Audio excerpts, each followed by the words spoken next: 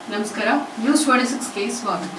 ಗೌಡಹಳ್ಳಿ ಗ್ರಾಮ ಪಂಚಾಯಿತಿ ವತಿಯಿಂದ ನಿರ್ಮಿಸಿರುವ ಘನತ್ಯಾಜ್ಯ ನಿರ್ವಹಣೆ ಘಟಕ ಇದ್ದು ಇಲ್ಲದಂತಾಗಿದೆ. ಸ್ವಚ್ಛ ಭಾರತ ಮಿಷನ್ ಯೋಜನೆಯಡಿ ಚಾಮರಾಜನಗರ ಜಿಲ್ಲೆಯ ಗೌಡಹಳ್ಳಿ ಗ್ರಾಮ ಪಂಚಾಯಿತಿ ವತಿಯಿಂದ ಗ್ರಾಮ ಪಂಚಾಯಿತಿ ವ್ಯಾಪ್ತಿಗೆ ಸೇರಿರುವ ಅಮಕೆರೆ ಅರಣ್ಯ ಪ್ರದೇಶಕ್ಕೆ ಹೊಂದಿಕೊಂಡಿರುವಂತಹ ಸರ್ಕಾರಿ ಸ್ಥಳವನ್ನ ಗುರುತಿಸಿ ಸುಮಾರು 15 ಲಕ್ಷ ರು ವೆಚ್ಚದಲ್ಲಿ ಘನತ್ಯಾಜ್ಯ ನಿರ್ವಹಣಾ ಘಟಕದ ಸೆಂಟ್ ನಿರ್ಮಾಣ ಮಾಡಿ ಗ್ರಾಮ ಪಂಚಾಯಿತಿಯ ವ್ಯಾಪ್ತಿಗೆ ಗ್ರಾಮಗಳನ್ನ ಕಸಗಳನ್ನ ಸಾಗಿಸಲು ವಾಹನಗಳನ್ನ ಪಂಚಾಯಿತಿಗೆ ನೀಡಲಾಗಿದ್ದು, ಘನ ಮತ್ತು ದ್ರವ ಸಂಪನ್ಮೂಲ ನಿರ್ವಹಣೆಗೆ ಕೇಂದ್ರ ಮತ್ತು ರಾಜ್ಯ ಸರ್ಕಾರದಿಂದ ಅನುದಾನವನ್ನ ಒದಗಿಸಲಾಗುತ್ತದೆ. ಕುಟುಂಬಗಳ ಸಂಖ್ಯೆಗೆ ಅನುಗುಣವಾಗಿ ಗ್ರಾಮ ಪಂಚಾಯಿತಿಗಳಿಗೆ ಘನ ಮತ್ತು ದ್ರವ ತ್ಯಾಜ್ಯ ನಿರ್ವಹಣೆ ಘಟಕ ಸ್ಥಾಪಿಸಲು ಆರ್ಥಿಕ ನೆರವನ್ನ ನೀಡಲಾಗಿದೆ. ಗ್ರಾಮ ಪಂಚಾಯಿತಿಯ ವ್ಯಾಪ್ತಿಯಲ್ಲಿ ಸ್ಥಾಪಿಸಿರುವ ಘನತ್ಯಾಜ್ಯ ನಿರ್ವಹಣಾ ಘಟಕ ಗ್ರಾಮ ಪಂಚಾಯಿತಿ ಅಧಿಕಾರಿಗಳು ಚುನಾಯಿತ ಜನಪ್ರತಿನಿಧಿಗಳ ನಿರ್ಲಕ್ಷ್ಯತನದಿಂದ ಘಟಕಕ್ಕೆ ಉಪಯೋಗಿಸಲಾಗಿದ್ದ ಸೀಟುಗಳನ್ನ ಕಳ್ಳರು ಕಿತ್ತುಕೊಂಡು ಹೋಗಿ ಮಾರಾಟ ಮಾಡಿಕೊಂಡಿದ್ದಾರೆ. ಲಕ್ಷಾಂತರ ರು ವೆಚ್ಚದಲ್ಲಿ ನಿರ್ಮಿಸಿರುವ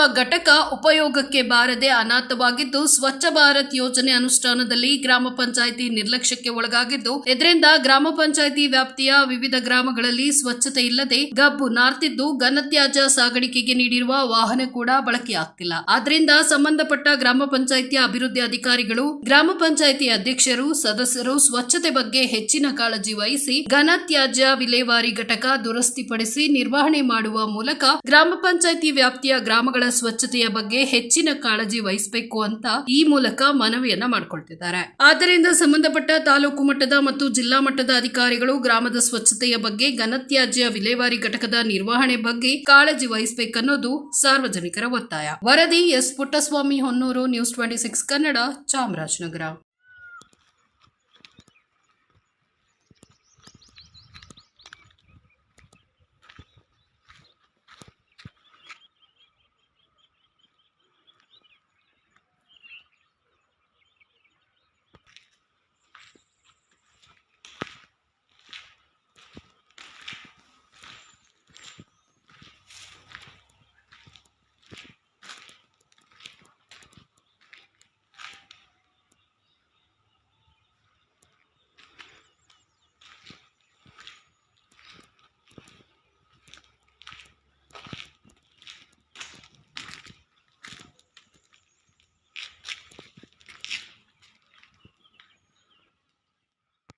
ಇನ್ನಷ್ಟು ಸುದ್ದಿಗಾಗಿ ನೋಡ್ತಾ ಇರಿ ನ್ಯೂಸ್ 26 ಕನ್ನಡ.